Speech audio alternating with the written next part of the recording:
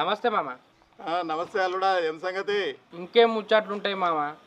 అప్పట్లో అంజలి సంబంధం గురించి అడిగినావు కదా, అందుకే అంజలిని చేసుకుందాం అనుకుంటున్నా.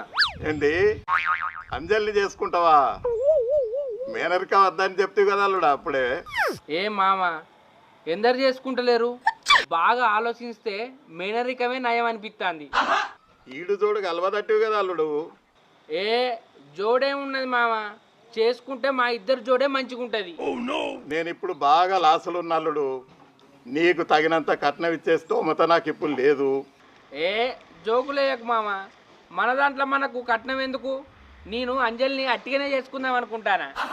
ఏమో అల్లుడు, ఓ 2 ఏళ్ళు దుబాయ్ పోయి వచ్చినాక పెళ్లి చేద్దాం అనుకుంటున్నా. ఇప్పుడు నేను పెళ్లి ఖర్చు పెట్టుకునే పరిస్థితి కూడా నాకు లేదు.